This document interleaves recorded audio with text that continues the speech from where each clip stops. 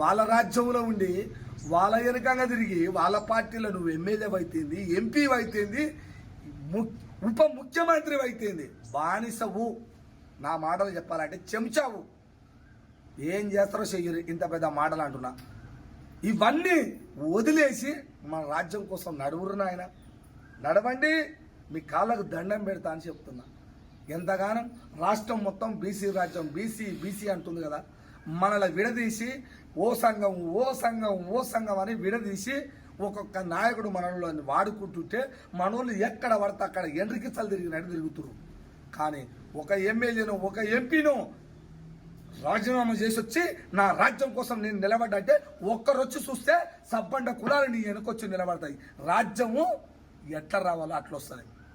రాజ్యంలో ప్రజలందరూ ఎట్లా బతకాలనే ఆలోచన నీకుంటుంది. నీది జాలి గుండె కాబట్టి. వాళ్ళకుంటుందా? వాళ్ళు చేస్తారట అమ్మ ఆలోచన.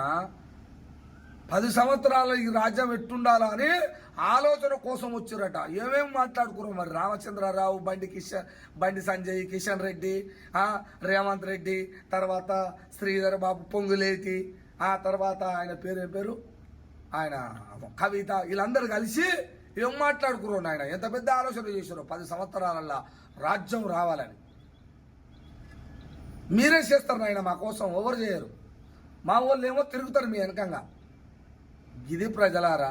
ఇక నేను నోరు దించుకొని మాట్లాడితేనేమో ఇక నన్నేమో వేరే వాళ్ళు బెదిరించుడు, తిట్టుడు, మెసేజ్లు పెట్టుడు. నన్ను వద్దు నాయన. చూస్తూనే ఉండండి మీ తల్వార్ తాత టీం.